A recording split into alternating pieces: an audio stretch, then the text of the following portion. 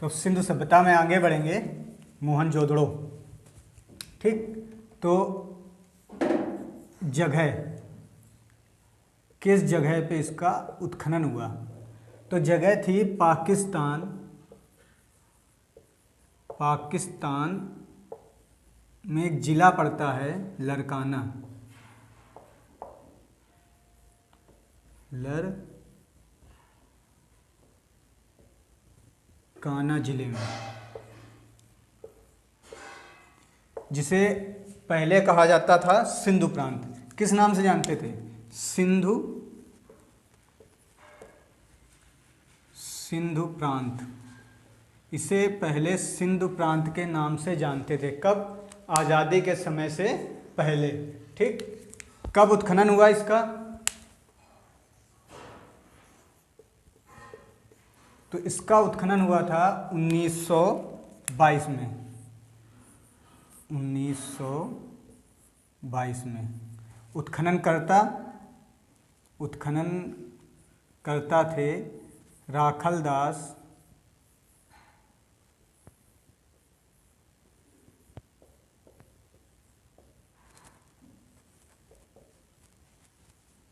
बनर्जी। ठीक, तो उत्खननकर्ता कौन थे? राखलदास बनर्जी। किस जिले में? पाकिस्तान के लरकाना जिले में, जो कि आज़ादी से पहले कहा जाता था सिंधु प्रांत। ये भी भारत के पश्चिम में था। ठीक, कब? 1922 में राखलदास बनर्जी ने। ठीक, अब देखो सिंधी भाषा में इसको क्या कहा जाता है? प्रश्न आ जाता है कि सिंधी भाषा में मोहनजोदड़ो को क्या बोला गया? तो अब देखो मोहनजोदड़ो, ठीक, मोहनजोदड़ो का मतलब होता है कि मृतकों का टीला। मृतकों का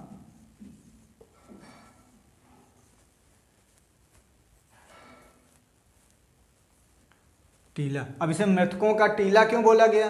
क्योंकि हड़प्पा सभ्यता का यही एक ऐसा शहर था जो सबसे ज़्यादा ऊंचाई पे बसा हुआ था। और ऊंचाई का मतलब क्या हो गया कि ये एक टीला है, इस पे बसा हुआ ये देश था, और काफ़ी हद तक विकसित शहर था ये। ठीक, किसका? मोहनजोदड़ो हड़प्पा सभ्यता का काफ़ी विकसित शहर था, और इसे क्या कहा जाता है सिंधी भाषा में? मृतकों का टीला। सिंधी भाषा में इसे कहा जाता है मृतकों का टीला। उत्खननकर्ता, तो अगर उत्खननकर्ता की बात आ जाए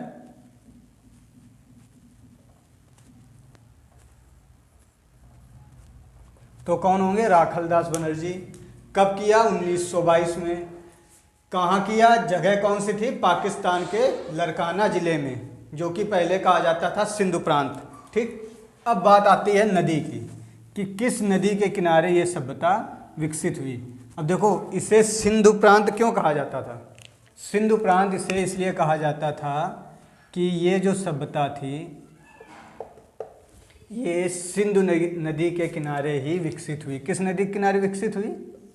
सिंधु नदी।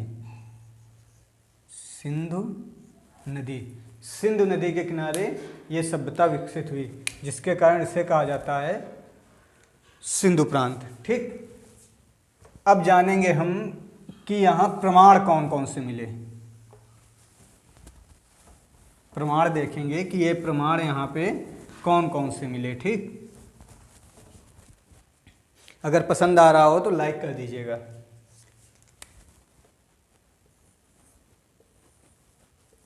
प्रमाण,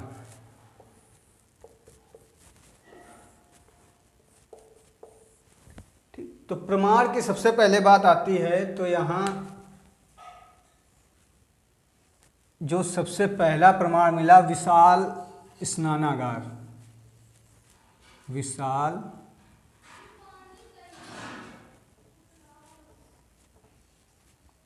स्नानागार।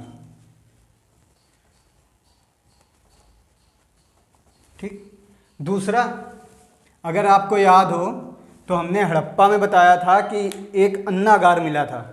ठीक, तो वो था अन्नागार, और यहाँ पे जो मिला, यहाँ मिला विशाल अन्नागार। विशाल अन्नागार।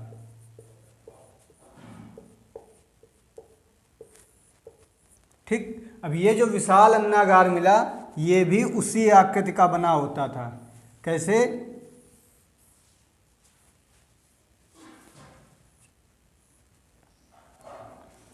6 खाने या तो 7 खाने का।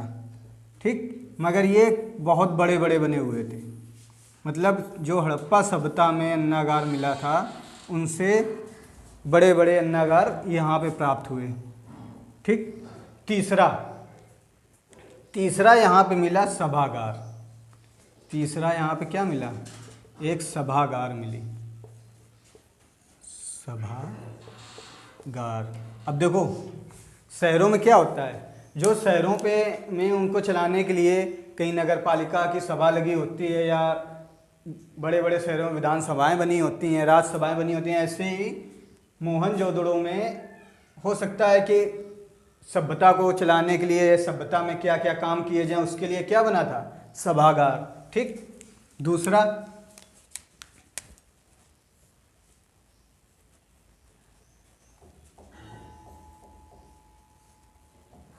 पूजा के लिए यहाँ पे प्रमाण मिले कि ये लोग पशुपतिनाथ की पूजा करते थे। किसकी? पशुपतिनाथ की पूजा किया करते थे। ठीक, और उस प्रमाण में इन्होंने पाया कि यहाँ पे एक जानवर का प्रमाण मिला जो कि कैसा था? एक सिंगी जानवर। एक सिंगी जानवर का प्रमाण भी कहाँ मिला था? मोहनजोदड़ो में। ठीक, अब देखो यहाँ पे ईंटों के भी प्रमाण मिले, और वो भी कैसी ईंटें? पक्की ईंटें। तो पक्की ईंटों के अगर आ जाए कि पक्की ईंटों के प्रमाण कहाँ से प्राप्त हुए, तो पक्की ईंटों के प्रमाण प्राप्त हुए मोहनजोदड़ो से। पक्की ईंटें, तो पक्की ईंटों के प्रमाण कहाँ से प्राप्त हुए? मोहनजोदड़ो से। एक विशाल स्नानागार मिला। ठीक, दूसरा क्या मिला? विशाल अन्नागार मिला। ठीक, तीसरा मिला सभागार। ठीक, चौथा मिला पूजा से पता चलता था कि एक पूजा के सबूत मिले या साक्ष्य मिले कि ये पशुपतिनाथ की पूजा किया करते थे। ठीक, पांचवा पता चला कि एक जानवर का साक्ष्य मिला जो एक सिंगी जानवर था। ठीक, अब देखो आगे बढ़ेंगे, यहाँ पे बर्तन भी मिले।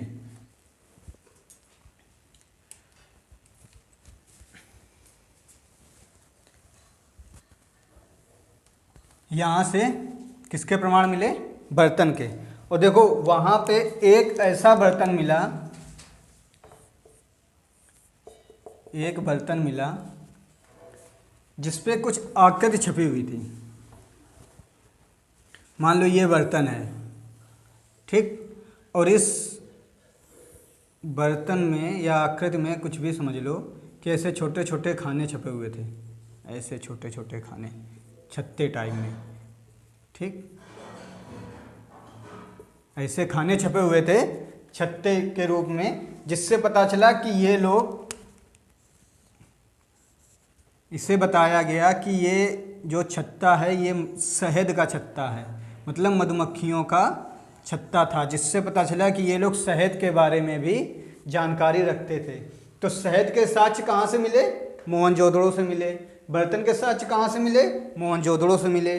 तीसरा सबसे ज़्यादा पूछा जाने वाला प्रश्न इससे है कि यहाँ पे एक मूर्ति मिली, मूर्ति। ठीक, कांस्य की। कैसी मूर्ति थी? कांस्य की मूर्ति थी। और वो मूर्ति किसकी थी? एक नृतिका की, एक नृतिका की मूर्ति थी। ठीक, तो इससे पता चला कि यहाँ पे एक नृतिका की मूर्ति जो मिली, और वो भी किसकी? कांस्य की। अब देखो कांस्य की एक बैलगाड़ी का खिलौना मिला था हड़प्पा में, दूसरा कांस्य की मूर्ति मिली नर्तिका की कहाँ, मोहनजोदड़ो में, जिससे इसको कहा गया कि ये जो सभ्यता थी ये कांस्य युगीन सभ्यता थी, कांस्य युगीन सभ्यता थी। और इससे पता चलता है कि यहाँ के लोग कांस्य के बारे में भी जानकारी रखते थे। ठीक, अब बात आती है विशाल स्नानागार की। तो विशाल स्नानागार का जो है, तो हमने नाम बताया था व्हीलर, मार्टिन व्हीलर। और बात आती है विशाल अन्नागार की। विशाल अन्नागार की जो बात आती है, स्नानागार के बारे में मार्शल, और अन्नागार के बारे में व्हीलर। ठीक, तो व्हीलर ने बताया था कि ये एक बहुत बड़ा भंडार है, मतलब एक राष्ट्र का, पूरे राष्ट्र का बहुत बड़ा भंडार है, राष्ट्रीय भंडार बताया था। और मार्शल ने बताया था कि ये एक अजीबोगरीब आकृति है या अजीबोगरीब बनाई गई एक संरचना है जो ये विशाल स्नानागार बनाया गया है। आश्चर्यजनक, जैसे बोल सकते हैं कि आश्चर्यजनक,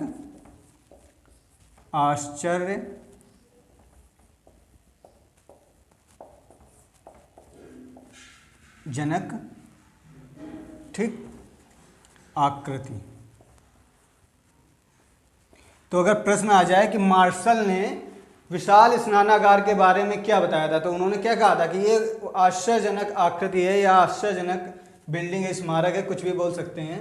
दूसरा, विशाल अन्नागार के बारे में व्हीलर ने क्या कहा था, तो व्हीलर ने कहा था कि ये एक राष्ट्रीय भंडार है। क्या बताया था, विशाल राष्ट्रीय भंडार,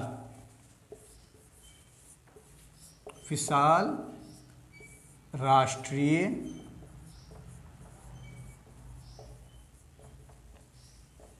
भंडार। ठीक, अब देखो क्या क्या मिला यहाँ पे। हाँ, एक चीज़ और, यहाँ एक बांसुरी के भी साक्ष्य मिले। किसके, बांसुरी, बांसुरी के भी साक्ष्य मिले। और यहाँ से नालियों, पक्की नालियों, पक्की नालियों के साक्ष्य मिले। ठीक, तो क्या क्या मिला यहाँ पे, विशाल अन्नागार मिला, बर्तनों का भंडार मिला, विशाल स्नानागार मिला, पक्की ईंटों के भी साक्ष्य मिले, एक नर्तिका की मूर्ति मिली, वो किसकी थी, कांस्य की थी। ठीक, जिससे कहा गया कि ये कांस्य युगीन सभ्यता है। ठीक, अब देखो, अब एक कहानी बताते हैं तुम्हें। तो कहानी कुछ ऐसी है, आप लोगों ने मोहनजोदाड़ो पिक्चर देखी होगी। मान लो ये शहर है मोहनजोदाड़ो, ठीक, और ये है उसकी हीरोइन मोहनजोदाड़ो की। ठीक, और ये बैठे हैं ऋतिक रोशन, जो कि मेन नायक थे उस मूवी के। अब इनके हाथ में हम दे देते हैं एक बांसुरी। ठीक, तो अब ये क्या हुआ कि जो ऋतिक रोशन है वो एक टीले पे बैठे हैं, या जो हीरो हैं, मान के चलेंगे कि ये जो हीरो हैं वो एक टीले पे बैठे हैं और ये बजाते हैं बांसुरी। ठीक, तो जैसे ये बजाते हैं बांसुरी तो इस बांसुरी की आवाज़ जाती है इनके कानों में, ये जो नायिका हैं। ठीक, इनके कानों में आवाज़ जाती है, तो ये कुछ काम कर रही होती हैं घर का, जो भी काम कर रही हों, खाना बना रही हों या कुछ भी कर रही हों, तो जैसे ये आवाज़ सुनती हैं ये दौड़ती हुई चल देती हैं हीरो की तरफ। अब यहाँ पड़ती हैं बीच में नालियाँ, तो होता क्या है कि ये जाके इस नाली में गिर जाती हैं और फिर यहाँ से निकलती हैं। तो जैसे इनके पास पहुँचती हैं तो ये कह देती हैं अब जब नालियों में गिरेंगी तो कीचड़ लग जाएगा। ठीक, तो जैसे ही इनके पास पहुंचती तो ये कहती है अरे जाओ जाओ नहाओ जाके, ठीक। तो ये जाती हैं नहाने। अब नहाने कहाँ जाती हैं? स्नानागार में। कहाँ नहाने जाती हैं? स्नानागार में, जो कि विशाल स्नानागार था, ठीक। चलो भाई स्नानागार में नहाने गई। अब जैसे ये नहा के बाहर आती हैं तो ये बहुत खूबसूरत दिखती हैं, ठीक। तो अब इनका मन हो जाता है हीरो का इनसे शादी करने का, है ना, शादी करने का मन हो जाता है। तो अब ये होता है कि चलो भाई शादी कर दी जाए, ठीक। तो अब शादी में किसकी ज़रूरत होती है? भंडारे की ज़रूरत होती है। और भंडारे में क्या मिलता है? अन्न मिलता है। तो अन्नागार से मंगाया गया सामान, ठीक। अन्नागार से क्या मंगाया गया? सामान मंगाया गया, ठीक। अब हिंदुओं की शादियों में क्या प्रचलित है कि बर्तन दिए जाते हैं। तो अभी इनको शादी में देने के लिए बर्तन भी मंगाए गए, और चाहे ऐसे मान लो कि खाने के लिए बर्तन मंगाए गए, ठीक। बर्तन भी आ गए। अब आगे बात आई कि भाई मीठे में क्या रहेगा? तो मीठे में रख दिया गया शहद। मीठे में क्या रख दिया गया? शहद रख दिया गया, ठीक। इसके बाद अब भाई कुछ लोग होते हैं जिनको विरोध होता है शादी से। हर शादी में ऐसे लोग होते हैं। तो कुछ लोगों को थी, मान लो ये 2-4 लोग खड़े हैं यहाँ पे, ये लोग खड़े हैं। इन लोगों ने कर दिया विरोध कि हम ये शादी नहीं होने देंगे। तो अब शादी नहीं होने देंगे तो ये लोग मिलेंगे कैसे? तो इसके लिए लगाई गई एक सभा। तो वो बनाया गया एक सभागार कि ये शादी नहीं होगी, ठीक। अब जब सभागार बनाया गया तो चलो भाई कोई बात नहीं, नहीं होगी शादी, ठीक। चर्चाएं हुई कि इस हीरो की शादी हीरोइन से नहीं होगी। आगे बढ़ा। तो जब आगे बढ़े तो इन लोगों को मनाया गया। तो जब ये लोग माने तो इन लोगों ने कहा कि हमें सबको एक कांसे की मूर्ति चाहिए, ठीक। तो बनाई गई एक कांस की एक एक मूर्ति बनाई गई।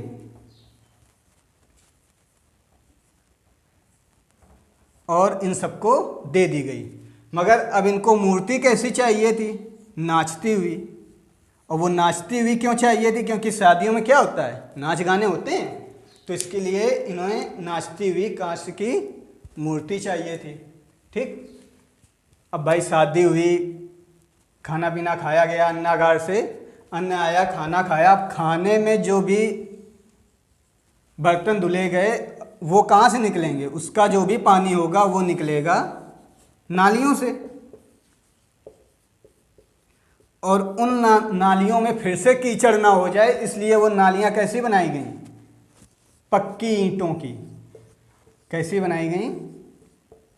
पक्की ईंटों की। और फिर जैसे तैसे नायक और नायिका की हमारे हो गई शादी। तो ये स्टोरी आपको कैसे लगी? अगर पसंद आए तो लाइक कर दीजिए, और ना पसंद आए तो डिसलाइक भी कर दीजिएगा। मुझे डिसलाइक भी बहुत पसंद है, ठीक। अब आगे बढ़ेंगे। एक इतिहासकार थे पिग्गट, अगर आपने नाम सुना हो। स्टोरी को दोबारा दोहरा दें। देखो, एक नायक थे जो ऊंचे टीले पे बैठे थे, ठीक। और ये थी एक नायिका जो कि अपने घर में बैठी थी। नायक ने क्या किया? बांसुरी बजाई। तो नायिका के कानों में जैसे ही बांसुरी की आवाज़ पहुंची तो वो दौड़ती हुई नायक की ओर दौड़ी। तो जैसे वो नायक की ओर दौड़ी तो उन्होंने कुछ देखा नहीं, बस दौड़ने लगी। तो जाके वो गिर गई किसमें? नाली में। किसमें गिर गई?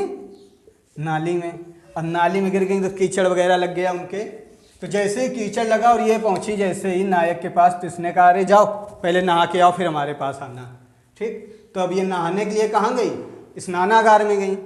अब स्नानागार में जैसे ही नहा के ये बाहर निकलती हैं तो ये नायक को आ जाती हैं पसंद, ठीक। तो नायक कहता है कि मैं इनके साथ शादी करूंगा। तो अब शादी के लिए क्या होगा, भोज होगा। भाई अब शादी होगी तो खाना तो खिलाया ही जाएगा। तो उसके लिए लोग जाते हैं अन्नागार में, वहाँ से अन्न लेके आते हैं। अन्नागार से जाने के बाद अन्न लेके जब ये आते हैं तो अब उस खाने के लिए बर्तन भी चाहिए, तो बर्तन भी लेके आएंगे। ठीक। उसके बाद अब ये देखा गया कि भाई खाने में मीठे के लिए क्या रखा जाएगा, तो मीठे के लिए उन्होंने रख दिया शहद, कि खाने में मीठे में रहेगा शहद। ठीक। अब इससे बढ़े आगे तो ये कुछ 4 दुष्ट लोग खड़े थे, कैसे भी समझ लो। ठीक। इन्होंने कहा कि मैं ये शादी नहीं होने दूंगा। तो इन्होंने फिर क्या किया कि एक सभा बनाई। और सभा कहाँ बनाई, सभागार में जाके, गुप्त जगह सभागार में सभा बनाई। फिर अब कई लोग इनके पास गए कि क्यों विरोध कर रहे हो, तो इन्होंने कहा ठीक अच्छा चलो शादी कर लो, मगर हम सभी को इसके बदले कुछ ना कुछ चाहिए। तो इन लोगों ने अपने डिमांड रखी कि हमें एक कांस्य की मूर्ति दो, वो भी जिसमें नृतिका नाचती हुई हो। कैसी नृतिका, कैसी हो, नाचती हुई। ठीक भाई, दी गई इनको नाचती हुई नृतिका। और वो नाचती हुई नृतिका क्यों मांगी, क्योंकि शादियों में क्या होता है, नाच गाना होता है भाई। ठीक। अब खाना खाया गया, सब कुछ हुआ, अब बर्तन धुलने की बारी आई। तो बर्तन धुलने के लिए सब लोग पहुँचे नालियों के पास, जो भी बर्तन धुलने वाले थे वो नाली के पास पहुँचे। तो वहाँ पे देखा गया कच्ची नालियाँ बनी हैं तो कीचड़ हो जाएगा, इसलिए पक्की ईंटों की नालियाँ बनाई गई। किसकी नालियाँ बनाई गई, पक्की ईंटों की। ठीक। तो जितना भी प्रमाण मिला था मोहनजोदाड़ो में या मोहनजोदड़ो में, वो सब कुछ इसमें लिखा है। बांसुरी, सभागार, स्नानागार विशाल, विशाल अन्नागार, कांस्य की मूर्ति किसकी, नाचती हुई नृतिका की, बर्तन, शहद, नालियाँ। ठीक। और पक्की ईंटें। अब सिंधु सभ्यता में 2 शहर हैं, हड़प्पा और मोहनजोदाड़ो, जिसके विषय में आपने पढ़ा है। तो मोहनजोदाड़ो और हड़प्पा को कहा जाता था जुड़वां राजधानियाँ। क्या कहा जाता था, जुड़वां राजधानियाँ। और जुड़वां राजधानियाँ क्यों कहते थे इनको हम, एक इतिहासकार थे पिग्गट, पिग्गट नाम के एक इतिहासकार थे, जिन्होंने हड़प्पा, किसको कहा था, हड़प्पा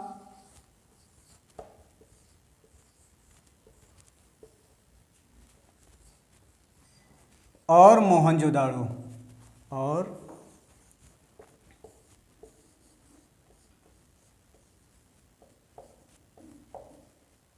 मोहनजोदाड़ो। ठीक। हड़प्पा और मोहनजोदाड़ो को क्या कहा था, इन दोनों को कहा था इन्होंने जुड़वां राजधानियां। क्या बोला था, जुड़वां राजधानियां।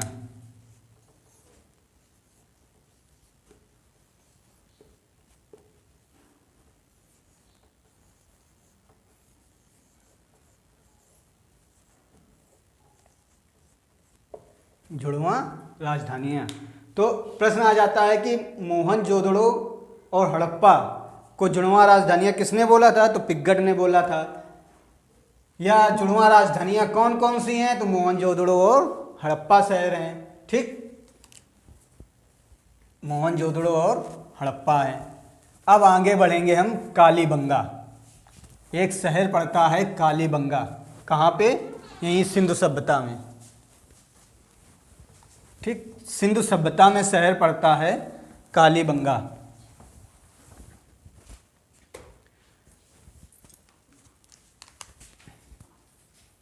देखो इसमें जो भी मिला है इस शहर में वो इसी के नाम में है।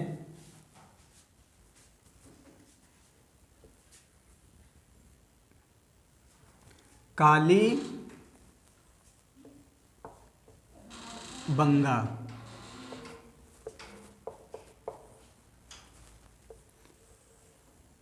हाँ, एक जानकारी दे दें, आज रात 11 बजे हम गंगा के जो उत्पन्न, जहाँ से गंगा हुई हैं, कैसे हुई, कहाँ से उत्पन्न हुई, और गंगा से पहले कौन कौन सी नदियों का उसमें विलय हुआ जिससे गंगा बनी। ठीक। तो उसके लिए एक सेगमेंट ला रहे हैं, तो रात के 11 बजे लाइव आएंगे, तो जो आना चाहे वो आ सकता है, जिसे क्लास ज्वाइन करनी हो ज्वाइन कर सकता है। कोशिश कीजिएगा कि ज़्यादा से ज़्यादा लोग ज्वाइन हों। ठीक, तो कालीबंगा, कालीबंगा में ज़्यादा कुछ साक्ष्य नहीं मिले, थोड़े बहुत मिले। ठीक, तो सबसे पहले जगह की बात आती है कि जगह कौन सी थी। तो राजस्थान, सुना होगा आपने श्री गंगानगर, श्री गंगा नगर, ये राजस्थान का एक जिला पड़ता है।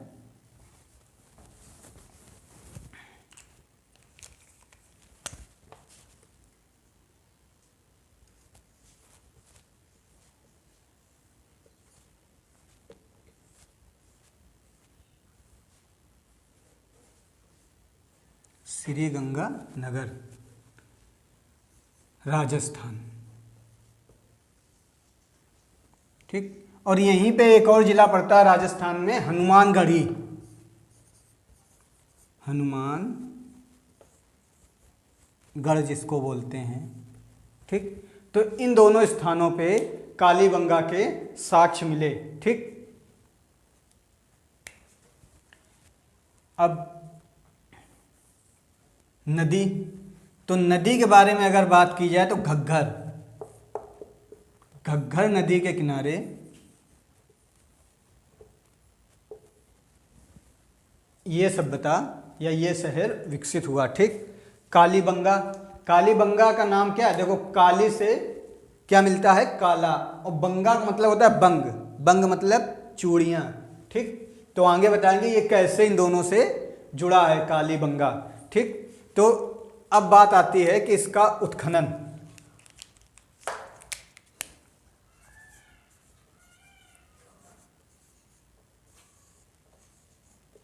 उत्खनन। अब इसके उत्खनन में कई अलग अलग प्रमाण हैं कि कोई कहता है 1953 में हुआ, कोई कहता है 1961 में हुआ, कहीं बात आती है कि इसका जो उत्खनन हुआ 1962 में हुआ। ठीक, तो अलग अलग प्रमाण मिलते हैं, 1953 और 1961, या इसको मान लो कि कब कब हुआ, तो 1953 और 1961 में इसका उत्खनन हुआ।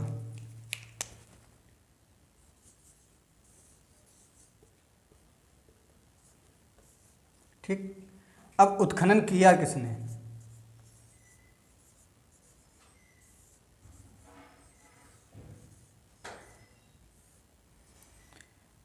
तो हमने अपने पहली क्लास में बताया था कि भारत की जो आर्कियोलॉजिस्ट डिपार्टमेंट है वो कहाँ पड़ता है, कलकत्ता में।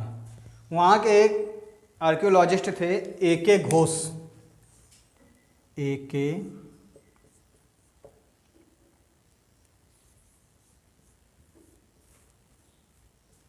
घोष। ठीक, कालीबंगा हमारे कई प्रकार के अंधविश्वासों से जुड़ा है कि जो सिंधु सभ्यता में अंधविश्वास होता था वो सबसे ज़्यादा होता था कालीबंगा में ही। ठीक, तो कालीबंगा से कई अच्छी चीज़ें मिली, तो आगे इसके बारे में पढ़ेंगे कि क्या क्या मिला कालीबंगा में, कैसे उत्खनन हुआ इसका, और उसके बाद हम अगले शहर में बढ़ेंगे। ठीक, जय हिंद। अगर पसंद आया हो तो लाइक कर दीजिएगा, सब्सक्राइब कर दीजिए और शेयर भी कर दीजिएगा। कमेंट जरूर कीजिए, आप लोग कमेंट नहीं करते हैं, कमेंट जरूर कीजिए। थैंक यू, जय हिंद।